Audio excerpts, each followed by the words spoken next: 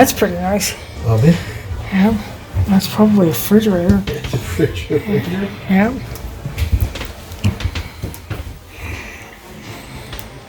Okay, moving stuff to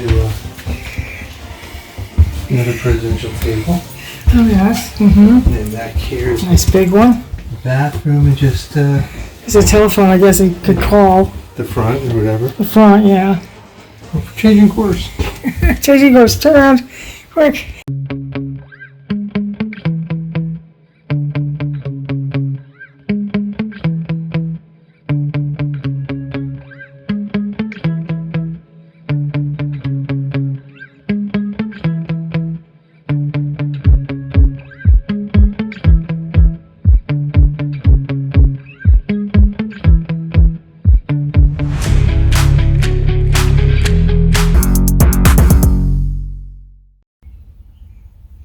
Early morning.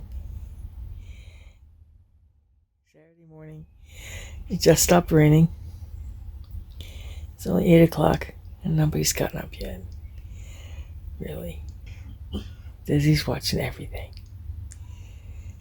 It's a beautiful campground. There's not a level site in it. It's all on mountains and hills and stuff. And here comes somebody. Somebody's walking. Yeah, everything's interesting. And we're off. We're going to the National Museum of the United States Air Force. It's the official museum of the United States Air Force located at Wright-Patterson Air Force Base, about 6 miles northeast of Dayton, Ohio. It's the oldest and largest military aviation museum in the world, with more than 360 aircraft and missiles on display. The museum draws about 1 million visitors each year, and we're one of them, making it one of the most frequently visited tourist attractions in Ohio. Turn right onto Springfield Street. Continue on Springfield Street. In a quarter mile, turn right onto Bong Street. Turn right onto Bong Street, then you will arrive at your destination. I don't know where the fuck it was taking us.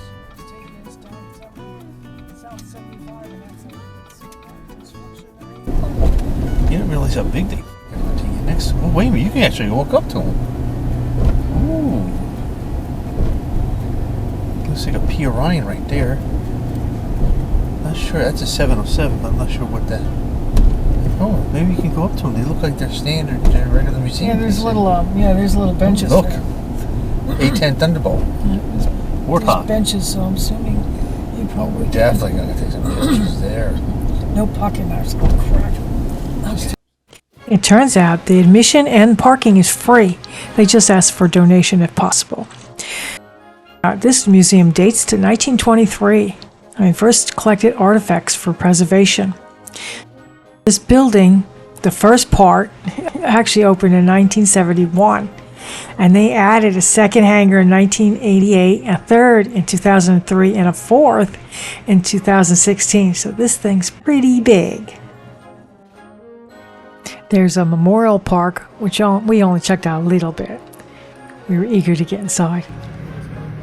This first hangar is dedicated to the pioneers of flight, especially the Wright brothers, who conducted some of their experiments at nearby Huffman Prairie. A replica of the Wrights' 1909 military flyers on display, as well as other Wright brothers artifacts. There is so much to look at. You don't know what to look at first. And we gotta be sure to look up. There's ones over my head.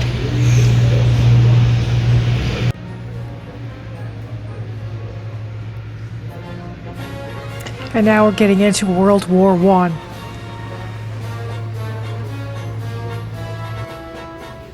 The first man in U.S. military service to shoot down an enemy airplane was Lieutenant Stephen W. Thompson of Dayton, Ohio. I was fascinated with the little model replicas and some of the artifacts that they had. Very, very cool. There's something here for everyone.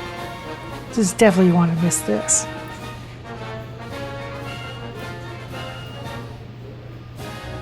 This is a Gnome rotary engine and 9. I was amazed. So many of these planes were made out of wood and cloth. Like they would actually fly. And they did. I kept forgetting to look up. And there were planes above us.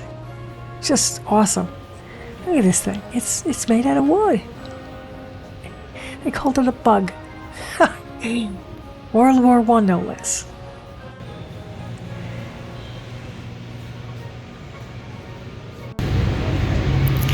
This guy goes with him. Mexican Border Patrol. We were wandering around and I think we got back into the early days again. Look how long this wingspan is.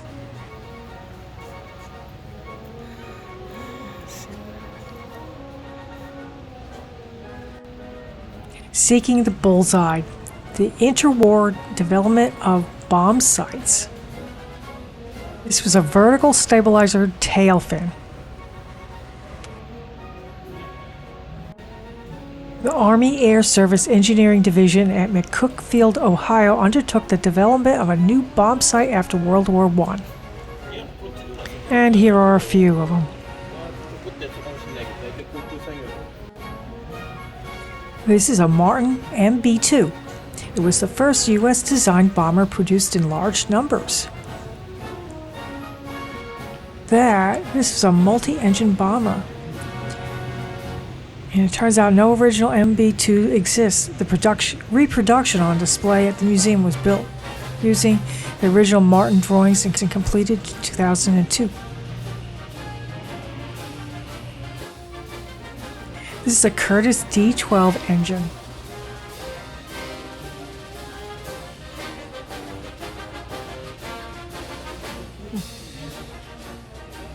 What I really like is the plane that's sitting next to it. That's pretty cool looking. I like that. And this is a P-6E. What really interested me was the paint jobs on these planes. A helicopter type plane in the corner. Isn't that cool? It was called the Kellett K2 and K3 autogyro. Turns out before World War II, engineers sought to build an aircraft capable of making short takeoffs and landings. Eventually, the efforts produced a helicopter, but they also produced a less common design, the autogyro. Look at the paint scheme on this baby.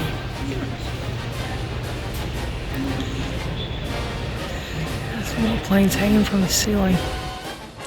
This is the Boeing P-26A. I like the paint scheme. The P-shooter marked a significant step in the evolution of fighter aircraft. It became the U.S. Army Corps' first metal monoplane fighter in regular service.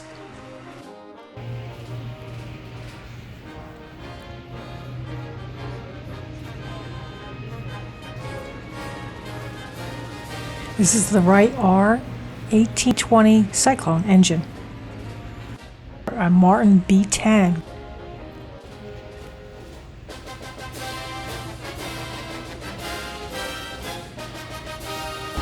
Jacqueline Cochran, pioneer aviator Jacqueline Cochran, led the way forward for women in aviation. Having initially started her aviation adventures in order to advance her cosmetic business, she became instrumental for women ready to defy the social norms of the early 20th century. Oh, okay. This is actually a wheel behind this sign. Look at that. Can you imagine? This thing's humongous.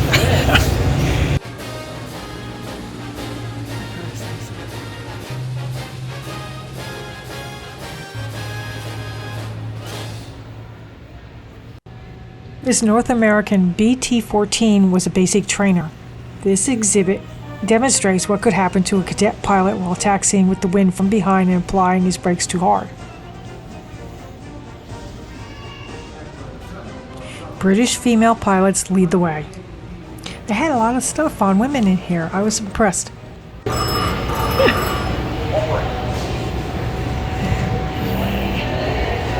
Uniforms and artifacts.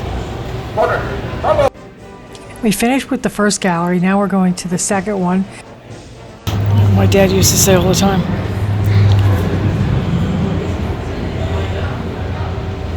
As soon as he graduated from high school, he volunteered.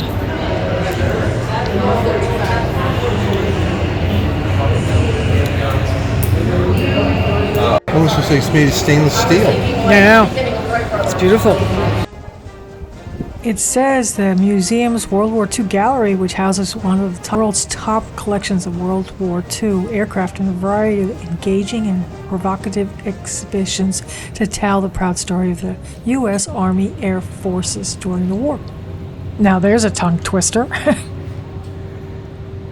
They have planes everywhere. You got to keep remembering to look up.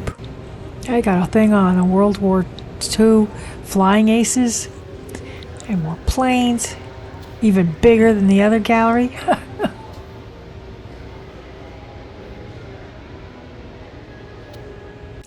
I love the paint job on this one. This is really cool. This is the Curtiss P-40E Warhawk. This was the United States' best fighter, available in large numbers when World War II began. P-40s engaged Japanese aircraft at Pearl Harbor and in the Philippines in December 1941. This is the North American B-25B Mitchell. It was a medium bomber. It was one of America's most famous planes of World War II. It was the type used by General Jimmy Doolittle for the Tokyo raid on April 18, 1942. It was used extensively in the Pacific Theater for bombing Japanese airfields and beach emplacements from treetop level and for strafing and skip bombing enemy shipping.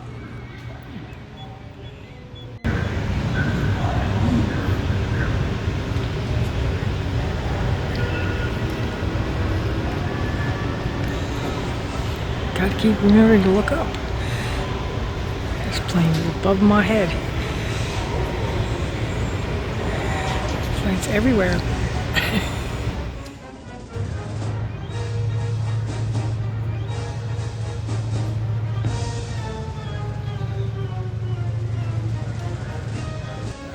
There's a nice exhibit on the wasps. As early as 1930, the War Department had considered using women pilots, but the chief of the U.S. Army Air Corps had called the idea utterly unfeasible, stating that women were too high-strung. Oh boy. Nothing was done until after American entry into World War II. Facing the need for male combat pilots, the situation by mid-1942 favored the use of experienced women pilots to fly the U.S. Army Air Force's aircraft within the United States. These were merged into a single group, the Women Air Force Service Pilots WASP program, in August 1943. Charles Alfred Anderson Sr. was an American aviator who's known as the father of black aviation. He earned the nickname Chief as chief flight instructor of the Tuskegee Airmen. This exhibit was about the Tuskegee Airmen, demonstrated conclusively that African Americans, if given equal opportunities and training, could fly in, command and support combat units as well as anyone. This is the Piper L-4A Grasshopper.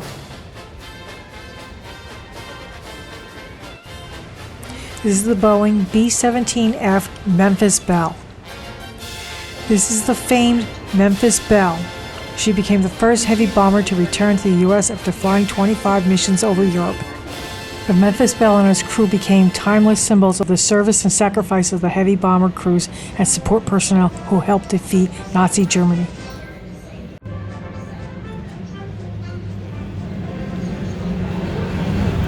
This has been one of the earlier ones, yeah, because the Mustangs eventually had dome. Oh, okay. That might be it right over there.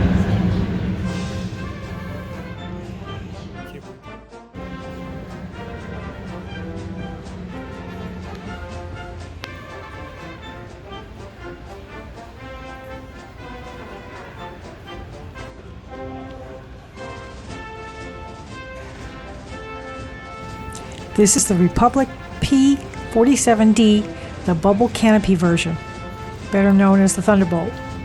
I like the artwork on the side of it.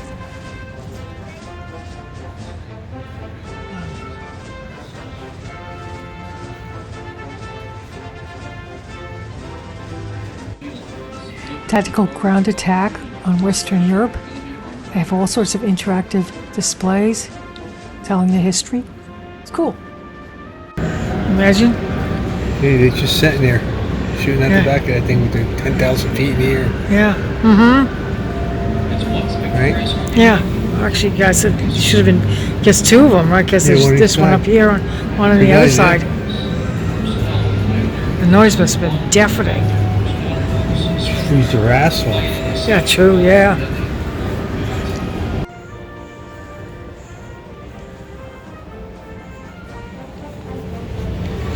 It's two tails. It's two tails? Yeah, and they're connected Is by that a what bone. that is? You'll see the back on the side. Yeah. Because we see it there. Yeah. You Yeah, can really see it from here. the thing was nasty.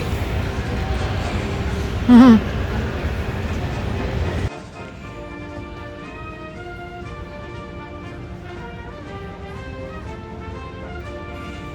It's this guy.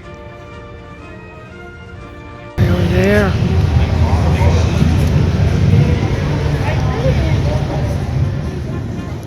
The Boeing B-29 Superfortress on display, Boxcar, dropped a Fat Man atomic bomb in Nagasaki on August 9, 1945, 3 days after the atomic attack against Hiroshima.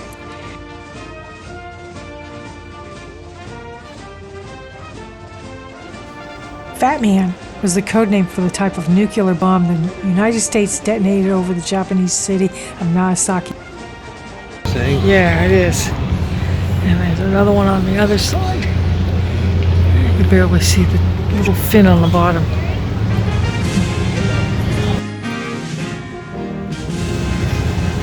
this is the newer one. The P-51D. See the difference? The dome? Yeah. The other one didn't have a dome. Oh, It was okay. just a front window. So they included the dome for better visibility. Oh, okay.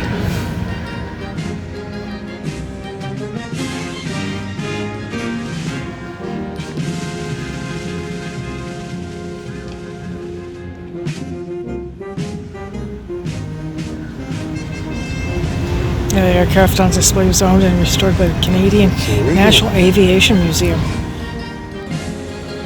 Okay, we just moved into hangar number 3. And it's got the Korean War Gallery, the Southeast Asia War Gallery, and a couple of simulators.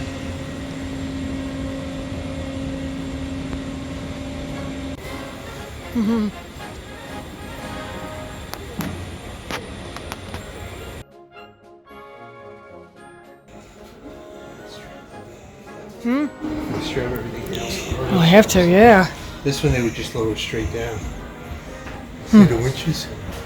There's winches all up there. This is a door.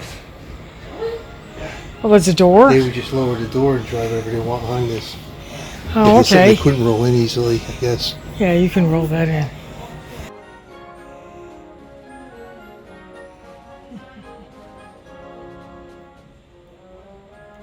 It's not. Maybe it is. You do drive it.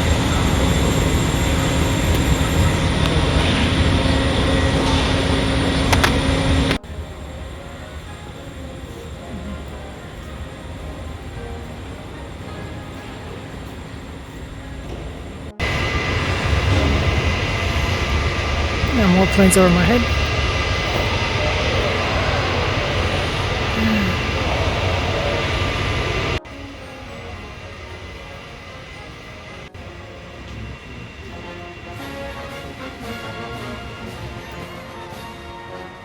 This is a communications intercept van.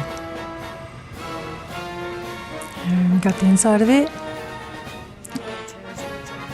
Look at the antennas on this thing.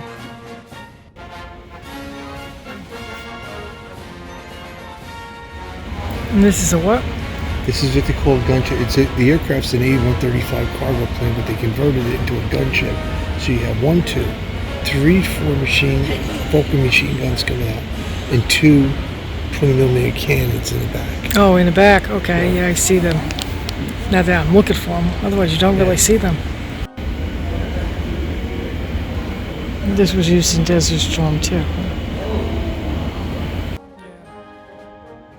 It used to be called the plane that was built around a gun.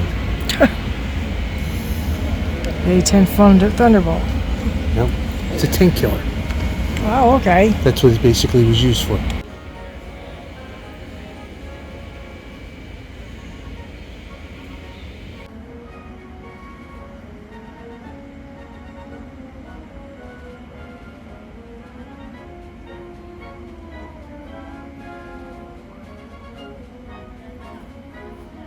Here's the Osprey.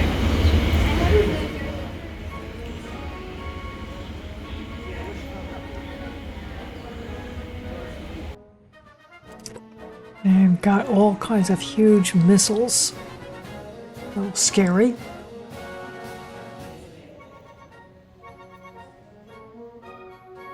Now we're in the fourth building. It's got the space, research, and presidential planes in here. Well, that should be interesting. I had no idea how big it is.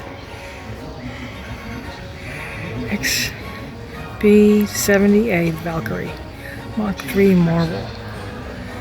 Look at this baby. And it keeps going. See how little Mike is down there compared to this plane? Like, wow. And these are the exhausts. Can you imagine? I'd be blown away.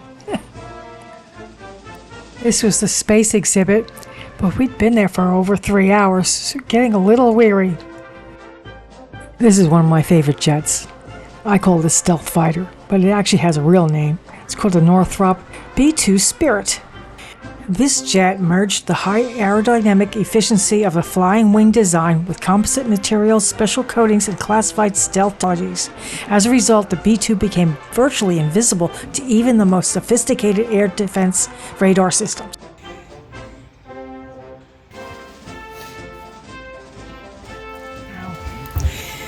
Still not very big space. That's what we're doing. Storage. Oh, back here's the seats.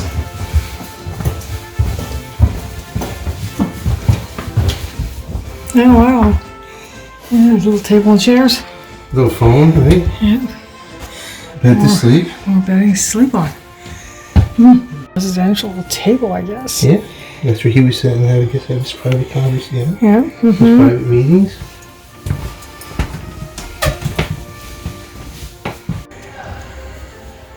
It's another presidential plane.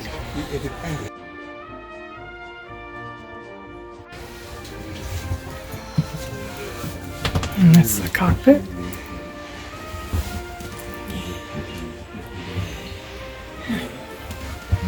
There's controls everywhere. That's a sharpener. What? Oh yeah, look at that. Pencil sharpener. Communication officer. Actually, navigation. I have one of those.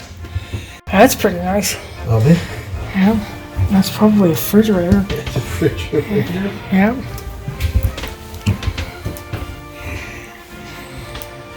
Okay, they're moving stuff to another presidential table. Oh yes. Mm-hmm. And then back here is Nice big one. the bathroom and just There's a telephone, I guess he could call. the front or whatever. The front, yeah. Changing course. Chasey goes, turn around, quick.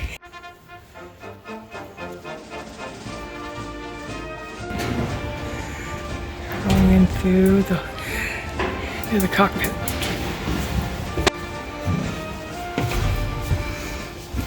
Yeah, this is a much wider plane than the other ones we've been on. That's still pretty close quarters. Command center.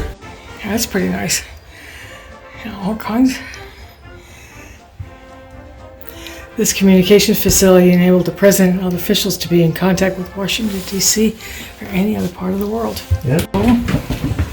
You actually have room to move around. From the older ones to the newer ones. Newer Yeah. technology. So, This is no, maybe it's not a constellation. Maybe not. yeah. Look. Right there. The door. Yeah.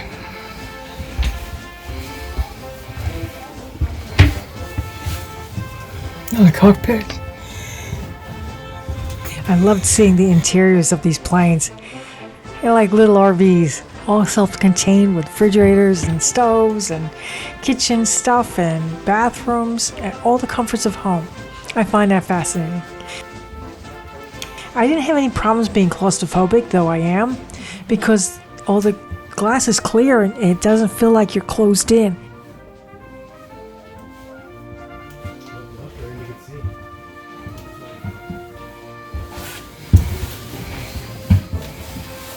Oh, look, projector. Yeah, the screen on the front. Oh, really? Yeah. Oh, wow. Presidential for radio.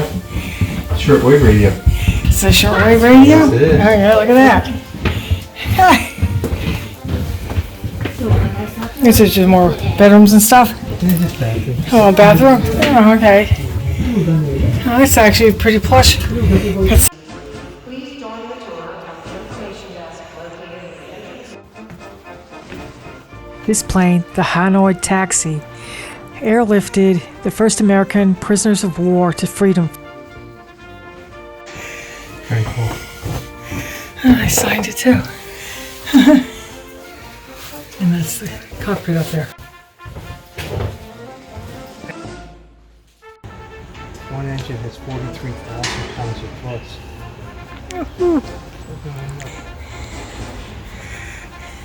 By this time, we were getting a little worn out. We'd been here 4 hours. And after a while, you just reach station point. So we decided it was time to leave. We'll come back, we'll see this at another time.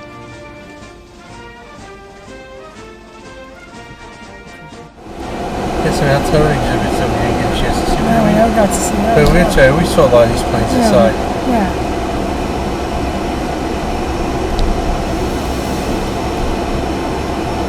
Oh, you just park here and walk Yeah, around. he was walking around. Yeah. There's benches and stuff here too. So. Yeah, and then somebody know if we ever come back this way. Yeah. So we're heading home, going back to the KOA and get to see our fur babies. It was a lot of walking. And we're back. I hope you enjoyed this video. If you did, please hit the like button and consider subscribing to us. I hope this video inspires you to come see this museum. It's absolutely fabulous. Have a great one.